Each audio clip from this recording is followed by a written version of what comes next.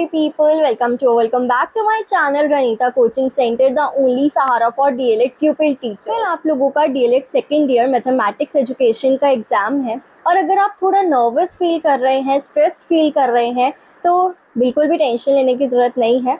इस वीडियो में मैं कुछ टिप्स और ट्रिक्स आपके साथ शेयर करने वाली हूँ और अगर आप इस वीडियो को एंड तक देख लेंगे तो आपकी टेंशन थोड़ी कम हो जाएगी और आपके एग्ज़ाम में अच्छे मार्क्स लाने के चांसेस बहुत ज़्यादा बढ़ जाएंगे। तो वीडियो को एंड तक ज़रूर देखना। तो सबसे पहली चीज़ तो ये है कि अपनी स्मार्ट रिवीजन करो, क्योंकि अभी ये टाइम अगर आप पूरी बुक पढ़ने का सोच रहे हो, रिवाइज करने का पूरी बुक सोच रहे हो, तो ऐसा बिल्कुल भी नहीं हो पाएगा क्योंकि कल ही आपका पेपर है और ये बिल्कुल भी पॉसिबल नहीं है। तो अच्छे मार्क्स लाने के लिए आपकी एंड मोमेंट की जो रिवीजन होती है वो बहुत ही ज़्यादा इम्पॉर्टेंट रहती है।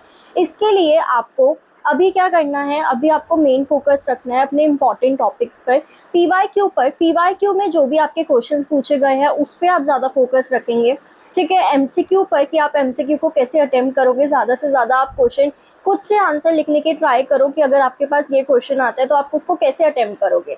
इसमें पहली तो ये चीज़ होगी कि आपकी रिवीजन होगी, सेकंड ये चीज़ होगी कि आपका कॉन्फिडेंस डेवलप होगा कि आपको आंसर फ्रेमिंग अच्छे से हो पा रहा है, आपसे कर पा रहे हो आप। Second most important tip is कि अपना जो आपका क्वेश्चन स्ट्रक्चर है, आंसर स्ट्रक्चर है, उसको अच्छे से माइंड में सेट करके रखो, क्योंकि आपके एग्ज़ाम में आपको मार्क्स सिर्फ आपकी नॉलेज के नहीं मिलते हैं, आपकी कैसी प्रेजेंटेशन है उस चीज़ के भी आपके मार्क्स मिलते हैं आपको। तो उसका बिल्कुल ध्यान रखना है आपको, आपकी प्रेजेंटेशन बहुत अच्छी होनी चाहिए। और प्रेजेंटेशन आप कैसे करोगे ये मैंने आपको पीवाईक्यू वाली जो वीडियो डाली है उसमें भी बताया है, प्लस मैं अभी यहाँ पर भी बता देती हूँ, वहाँ पर आपको और अच्छे से समझ में आ पाएगा। तो पीवाईक्यू मैथमेटिक्स के पीवाईक्यू के आंसर की मैंने पूरा सॉल्व करके बात को आपके साथ वीडियो बनाई है 3 पार्ट की, ठीक है। 3 पार्ट में आपका पूरा पेपर कवर हो रखा है, तो आप वो जाके वीडियो देखिए। आपको अपने आंसर को कैसे फ्रेम करना है, सबसे पहले तो आपको इंट्रोडक्शन लिखना है। जो भी आपसे क्वेश्चन पूछा गया है उसको डिफाइन कर दो, डेफिनेशन में लिख दो, कैसे वो इम्पॉर्टेंट है वो लिख दो। सेकेंडली आपको लिखना है मेन पॉइंट्स, ठीक है, जो आपका आंसर है।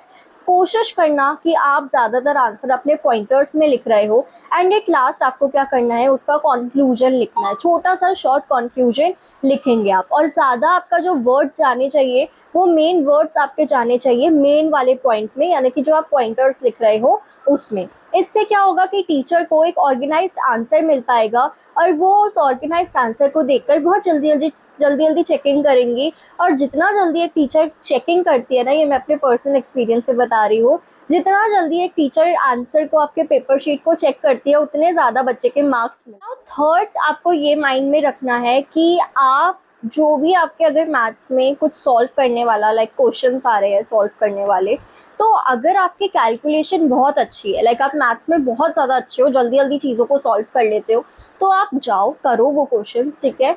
बट अगर आपकी कैलकुलेशन अच्छी नहीं है तो आई वुड प्रेफर कि उसके लिए, ऐसे क्वेश्चन के लिए आप एक पेज छोड़ दो, 2 पेज छोड़ दो सॉल्व करने के लिए, सो डैट आपका ज़्यादा टाइम उसमें ना जाए और आपके माइंड में ये भी टेंशन ना हो कि आपका पेपर छूट जाएगा।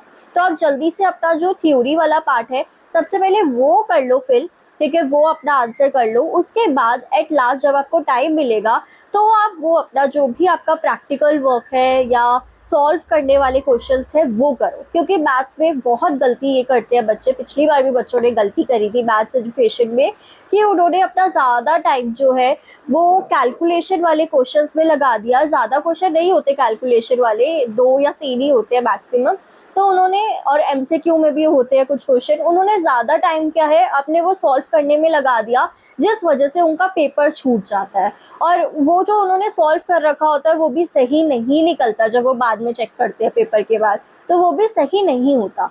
तो अगर आपकी कैलकुलेशन अच्छी है देन वेल एंड गुड, आप करो सॉल्व। बट अगर आपकी कैलकुलेशन अच्छी नहीं है तो आप उसको एंड में ही सॉल्व करना ज़्यादा प्रेफर करना, क्योंकि उसमें ज़्यादा टाइम लगेगा और हो सकता है वो आपका गलत भी हो जाए एट लास्ट आंसर। और स्टेप्स के कुछ टीचर आपके देती है मार्क्स, कुछ टीचर्स नहीं देती है मार्क्स, तो उसकी कोई गारंटी नहीं होती।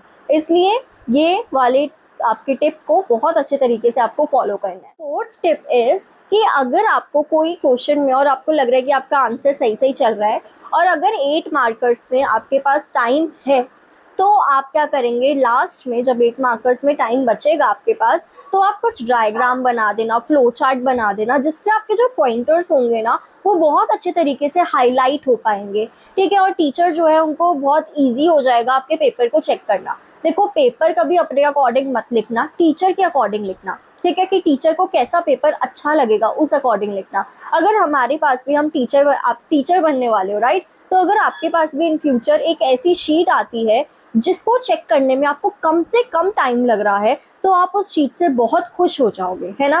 कम से कम टाइम, ये नहीं कि खाली पेपर मिल रहा है, लेकिन एक ऐसी शीट जिसमें सब सही लिखा हो, सारे पॉइंटर्स में आंसर हो, बहुत अच्छे तरीके से प्रेजेंटेशन हो, तो आपके लिए बहुत इजी हो जाएगा वो पेपर चेक करना और सारी चीज़ों में। और एक और चीज़, tip number 5 and last tip is कि आंसर को आप ऊपर नीचे करके बिल्कुल भी नहीं लिखेंगे। ये बहुत बेसिक चीज़ है कि अगर आप आंसर्स को ऐसे लिखोगे कि पहले 8th क्वेश्चन है फिर 12th क्वेश्चन है, तो ऐसे क्या होगा बेटा, ऐसा हो सकता है कि अगर आप पार्ट 3 का क्वेश्चन पूरा आपको पार्ट वाइज में डिवाइड करना है, तो अगर आप पार्ट वाइज में डिवाइड नहीं करोगे और आंसर अच्छे से नहीं लिखोगे क्लैरिफाई करके, तो हो सकता है कि टीचर 8 मार्क के क्वेश्चन को 3 मार्क का आंसर समझ के उसको चेक कर दे और आपको 3 मार्क्स के अकॉर्डिंग ही आंसर अपने मार्क्स मिले। और कोई भी पेपर आपको वो देते नहीं है, डीएलएड एससीईआरटी वाले आपको पेपर देते नहीं है कि रीचेक करो आपके सही मार्क्स आए, यहाँ गलतियाँ हुई, तो ऐसा कुछ भी नहीं होता। तो आपको उस अकॉर्डिंग अच्छे से करना है attempt. So this is all about this video, जिसमें मैंने कुछ टिप्स आपके साथ शेयर करी है।